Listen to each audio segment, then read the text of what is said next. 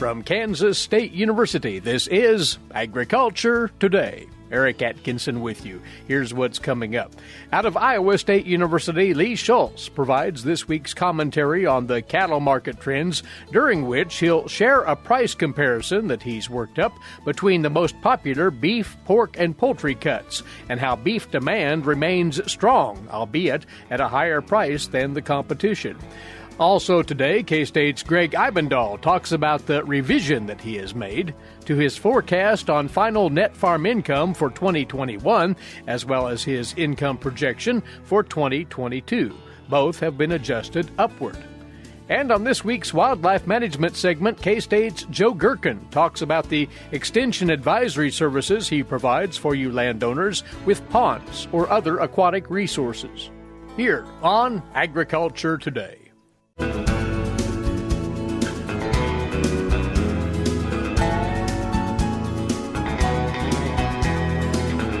This is the K-State Radio Network, and you're tuned in to Agriculture Today, our Monday edition. Thanks for joining us once more as we take up the cattle market scene.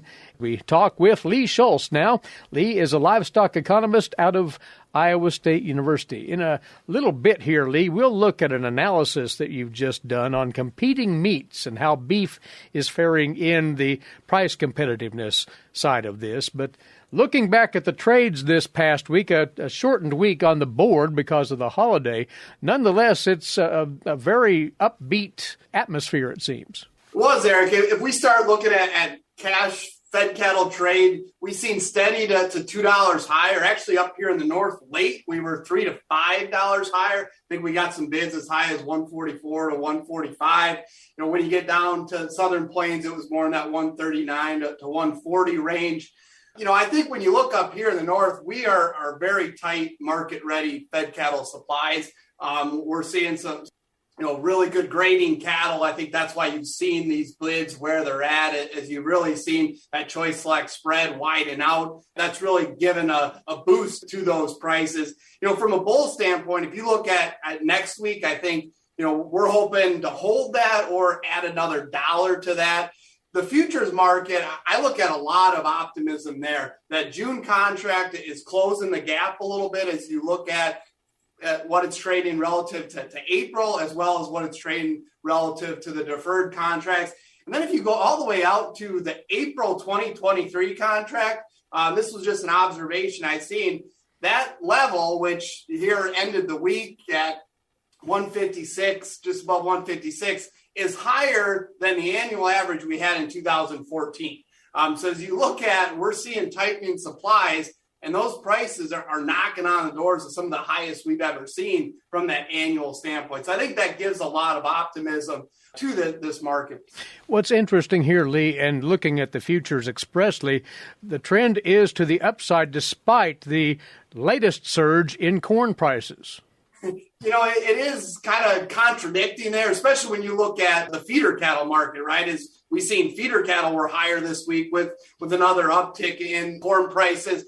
I don't think those are necessarily detached, but I do think, we're seeing relatively strong demand for cattle. And I would say really that's driving that market, just being the optimism there. Also, this isn't the first corn price surge either, right? So I think we're seeing maybe a little bit less reaction to that feed market. Now, that's not saying that that's not important, and we're going to see cattle prices reflect that. But I think that just points to the overall optimism as we look at cattle. And it's more than just tight supplies of cattle on the hoof. The consumer demand side still looks very, very good, does it not? As you look at the box beef trade, we're grinding higher, as you would expect as we're getting into that summer grilling. Choice select spread is getting wider as we're seeing kind of that switch to those types of cuts, and why you're seeing the widening there. I think we could easily push the 290 to 300 at the heights there as we get into, later into this summer and into fall. So I think, again, we continue that optimism as far as the box beef trade. Also look at slaughter levels. Last week's slaughter was large, right? And this week, the only reason we've kind of taken a step back as you're seeing with Good Friday and Easter Sunday. You're seeing relatively low Saturday slaughter levels and a tick back on Friday slaughter levels. So, yes, I think, we're seeing large demand for those cattle, and that's certainly supporting those prices. While we're talking about the demand side again, let's dwell on this piece that you recently put together on beef prices. You entitle this, How High is Relative. To explain what you've done here is compared one of the more popular beef cuts and how it's priced with peer cuts from other species. Talk about that. So I think a lot of times we always want to talk about beef and pork and chicken, but once you start to dig into some of the specific cuts, you get some really interesting patterns. And USDA's Ag Market Service, they have a national retail report. It's one of my more favorite reports looking at retail prices. So it allowed me to really dig into that data. So looking at ribeye steaks, looking at center cut pork chops, and then looking at chicken breast prices. And those are very popular cuts. And when you dig into the data, they're featured a lot. Those prices are by and large all higher than a year ago. That's not really surprising to anyone. But what is surprising is kind of some of those week to week changes and the relative differences in those prices. Obviously, beef is more expensive than pork, is more expensive than chicken. But how much those differences are changing, and they even fluctuate week to week. And so that's really important when you talk about consumer demand and consumer purchasing behavior. Well, lend detail there. How much are those relationships changing between beef, and in this case, the ribeye, compared to that center cut pork chop, compared to that chicken breast? Yep. So I think if you look at generally from 2016 to 2020, that was a pretty stable period overall. And there you've seen boneless, skinless chicken breasts in regular packs were about 28% of boneless ribeye steaks. Center cut pork chop prices were about 33% of those boneless ribeye steaks. Now, as you look at 2021, beef got more expensive relative to pork and chicken during that period. So pork and chicken were more competitive than beef on a price standpoint. Now in 2022, you really see that kind of chicken is back to where that long-term average 2016 to 2020 is. But pork here is kind of still at those levels that we've seen in 2021. So you could argue pork is still a little more competitive with beef in this current market. Why this is important is that this comes into consumer demand, right? Those prices of substitutes and complement goods. Now, in general, we don't find that complement goods are all that significant when you're looking at demand. So it's really looking at those substitute products. And when you're looking at the meat case, you're presented with beef, pork, and chicken in general. Now, I think some of the research has found that those cross-price elasticities, we've become a little bit more price inelastic. So it takes bigger increases in beef price relative to chicken and pork to have consumers switch than maybe they used to if we look at kind of some of the older or historical data. Equally, it takes bigger changes in beef's price, so the own price elasticity, to back away from beef. So that overall, that's really good relationship for the beef industry, that we're more inelastic when it comes to those price changes. Speaks so well for beef as far as being a prime preference of consumers. But the question will always be, what's the break point here? At what level does beef hit in price before consumers do start to shop around more, as you say? Yeah, and that's kind of going back to the how high is too high, right? And I think why I titled it that is, right, we're definitely at higher prices. But realizing that it's compared to some of those other options that are in that purchasing basket for consumers. Now, also remember that, we're creatures of habit too. So, I think that's in the consumer taste and preferences kind of bucket when we look at consumer demand. So that's also in favor of beef. 2021 was all about kind of getting back to normal and celebrating, and beef was a big part of that. As we're getting into the summer grilling season, that again is part of that celebration. So I think that bodes well for beef. But price, yes, that we do see some price impacts potentially there. But it's, when we're talking about competition, we're competing with those other meats, not necessarily competing against ourselves. when we look at specifically the beef industry. Really is an intriguing relationship between the types of meat out there and just how robust beef's demand remains amidst that competition. By the way, you can read up on Lee's analysis of how competitive beef is in the marketplace right now at the Ag Decision Makers website out of Iowa State University, the April newsletter edition. Fresh information, have a look at that. And so we look ahead, and you hinted at this, to the market trends coming up. Well, there's been a little momentum now developed in the trades, the cash fed cattle trade in particular. What's next, do you think, as we look to this coming week? Well, I look at us maybe kind of getting a little momentum going forward. Also, when we look at the share of cattle that are forward contracted, those are lighter than we've seen historically here. So there's less committed supplies. That certainly puts a little bit more leverage into the producer's hands. And I think as we're seeing stronger prices, basis levels are improving. We continue that momentum here to potentially see higher prices as we get into the next couple of months. Seasonally, we as the April contract expires, that's where we start to see prices start to decline. But, as I mentioned earlier, that June contract, getting some support, I think it provides that optimism, at least for holding some of these seasonally stronger prices. Great tone to it all on the part of beef producers out there, and we always appreciate your insight and analysis, Lee. Thank you, and we will catch up with you again quite soon. Thank you. Lee Schulz is a livestock economist at Iowa State University, and he's regularly with us here on the broadcast to talk over happenings in the cattle trade. After the break, an updated look at the net farm income outlook for Kansas grain producers. The numbers have changed since we last talked about that. That's next, here on Agriculture Today.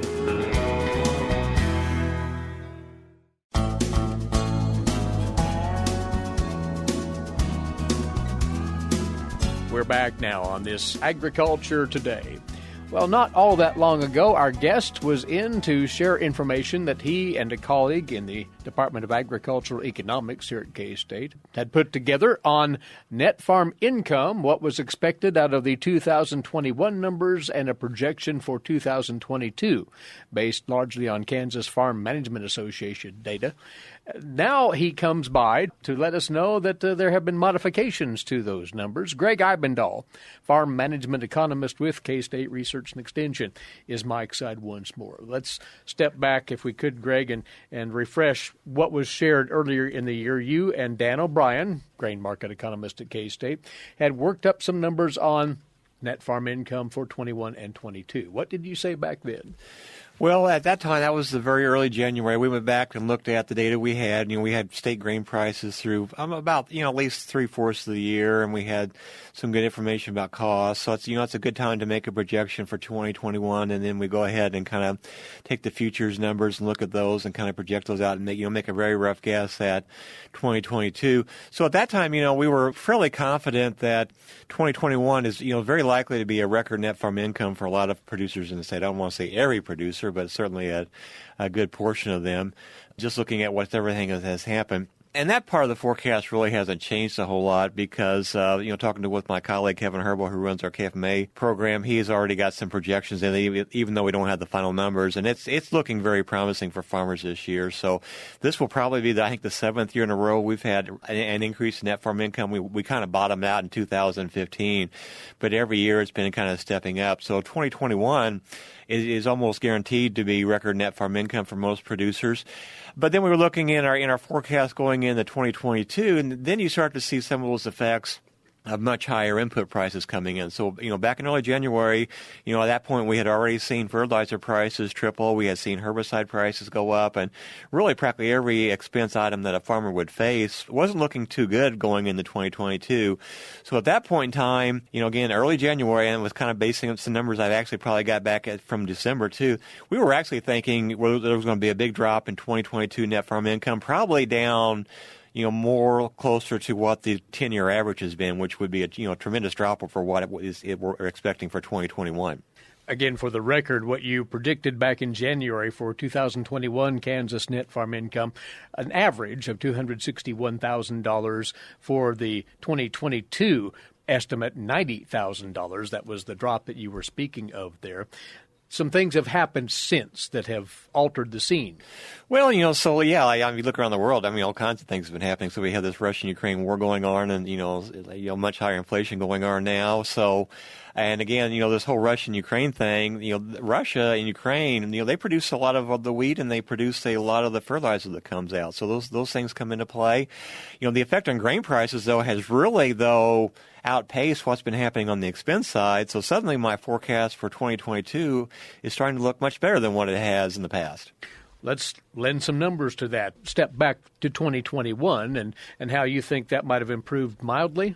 Yeah, so I think my initial January forecast, we were looking about $260,000 for net farm income for 2021. Again, that's the average. So there's going to be some farmers do better than that, but and some of the bigger farms are actually going to raise the average over what the median is, which is the most common value. So really, the median is going to be a little bit lower. Don't think that every farmer is getting rich when I say $260,000. They're probably not the typical farmer number because the median is going to be lower. But with the final grain prices that we've had over the last couple of months now, I know the entire grain price history for 2021 and looking at the marketing years, I know have a pretty good idea what gross income is going to be for 2021. So it has gone up a little bit, probably like $5,000 to $10,000, which probably puts it closer to the $265, $270 range for net farm income for 2021. But the real change in your outlook is for 2022. As said, $90,000 was your original projection from you and Dan. Now you're looking considerably north of there, aren't you? Yeah, actually we are. I was kind of surprised of, looking at this, but really when fertilizer triples and that's certainly a big expense to most farmers, but again, that's just a portion of the total expenses and we have the revenue side that, that could cover that. So as long as grain prices, go up faster than the expense side, it's very possible that net farm income has gone up and that's what we're kind of seeing. We went from, I think, my initial projection for 2022 for net farm income was about 90-some thousand, I believe, and now we are looking at really probably net farm income for 2022 to actually be higher than what it was in 2021. I think I'm predicting about 290 for net farm income. That's an impressive rise. Yeah, it is. But, again, very early yet. So, I always get a little scared of, making projections for net farm income when, basically no spring crops are in the ground hardly. And there may be a few acres corn, soybeans out there, but not a whole lot. And we're also looking at a wheat crop right now that, drive around the state. It certainly doesn't have the promise to be a bumper crop yield for wheat this year. We want to spend a few moments on that specific. Before we get to that, though, as you're saying, there are variables still in play, primary among those the weather. That could change the scenario somewhat quickly? Yeah, I think so. So, one of the assumptions I use when I do these forecasts is I predict normal yields for the grain crop. So I'm assuming that even right now in my forecast, I'm assuming that we get normal wheat yields and we get normal corn and soybean yields too. So, that's a big if in the whole picture that can we achieve those yields? Certainly if we don't, then that's going to make a big change to our net farm income forecast. One would think that input costs wouldn't go much higher, that is fertilizer, chemical. But that could happen. That could be another factor. Well, that's true, and that's the other issue, too, with the inputs. When did farmers actually purchase their inputs? So I had to make some assumption about, did they buy those last fall? Did they buy those this spring? That would make a difference for net farm income forecast.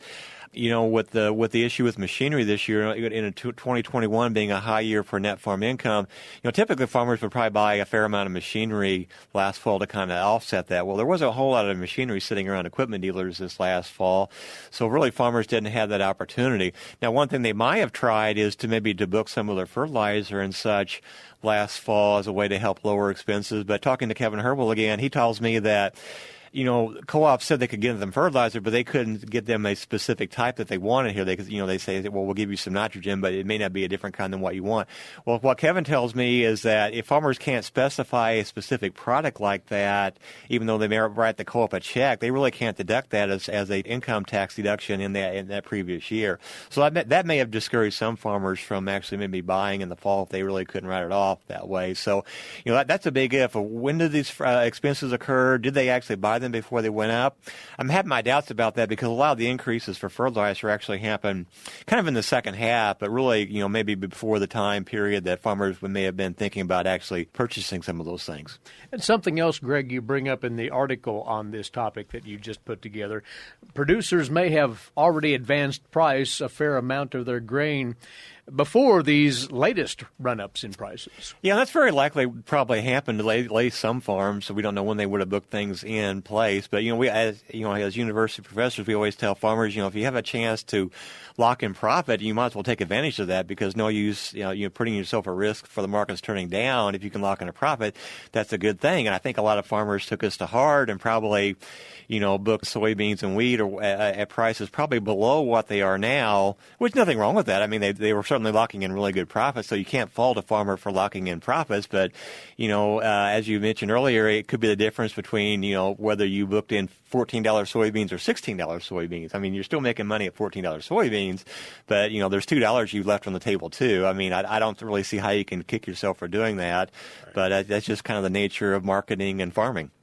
When you look at the numbers that you're projecting, they are rather impressive, but producers still need to remain fiscally practical in their management as we go forward? Yeah, I'm working on a kind of a future article, kind of looking at how does this compare with what may happen in the farm crisis, and because there's a lot of similarities going on right now. We're looking at a bunch of years of net farm income increasing greatly. We're looking at higher inflation.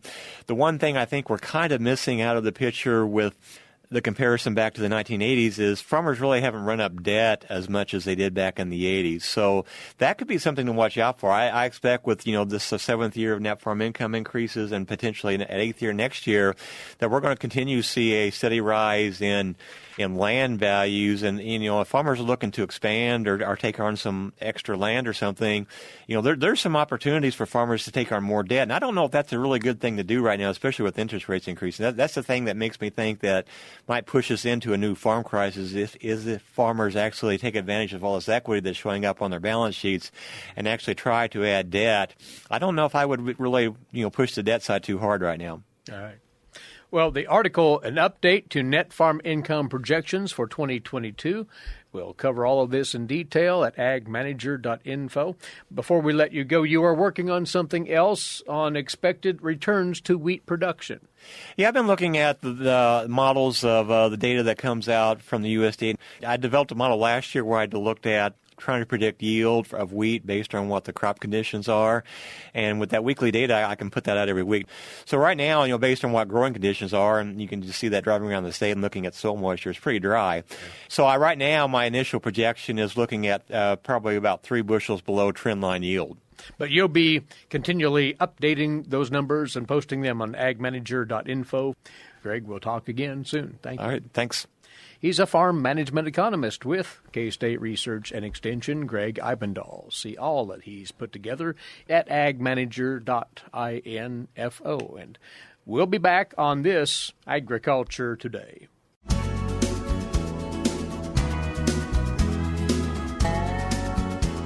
Agriculture Today is back now, and we're into now our second installment of this new series, which we unveiled last week on wildlife management. It will air right here in this time slot on Mondays. And we're welcoming in for the very first time a fisheries and aquatic extension specialist here at K-State, Joe Gerken.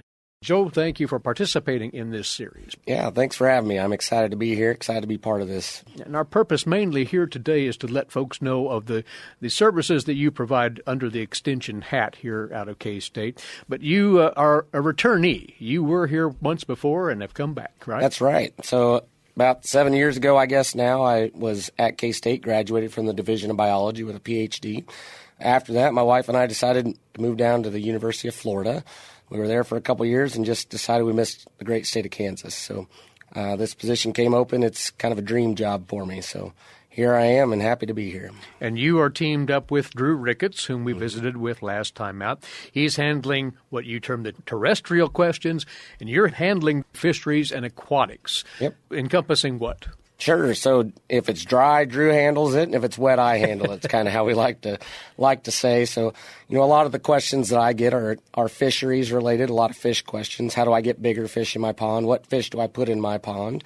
Any questions that you might have with your pond not related to fish. So, weeds are a common issue this time of year. What can I do to control weeds? What can I do to keep them from showing up in the first place? Aeration systems, can kind of get in depth from there. So really any questions with a private pond is what I'm here to help with. It's mostly in impoundments like ponds, or will you be dealing with stream work and that sort of thing too? Yeah. So if it is on private land, I'm happy to help with that. Kansas Department of Wildlife and Parks handles most of the public waterways, or all of the public waterways, I guess. In Kansas, if you have a stream and you own both sides of that stream, that's considered your stream. So I'll be helping with streams. A majority of the calls that I get are with ponds, but really anything that's aquatic related on your property, you'd want to give me a call. I'd be happy to help you with that. That help manifests itself on site usually. You make trips out into the state, don't you? Yeah. One of the great aspects of my position is I get to travel the entire state, get to meet with landowners throughout the state. So there are some issues that can be handled with an email or a phone call. A lot of them, when you're dealing with wildlife or fisheries, you need to kind of get boots on the ground and see what's going on. So travel out, that's a free service as part of Extension that we offer to go do site visits and help you with any problems you might have on your pond. Excellent.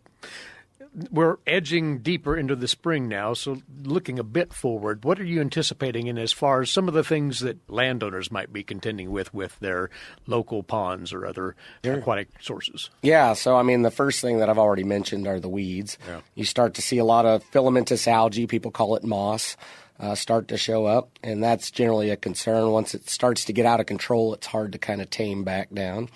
That's a big call.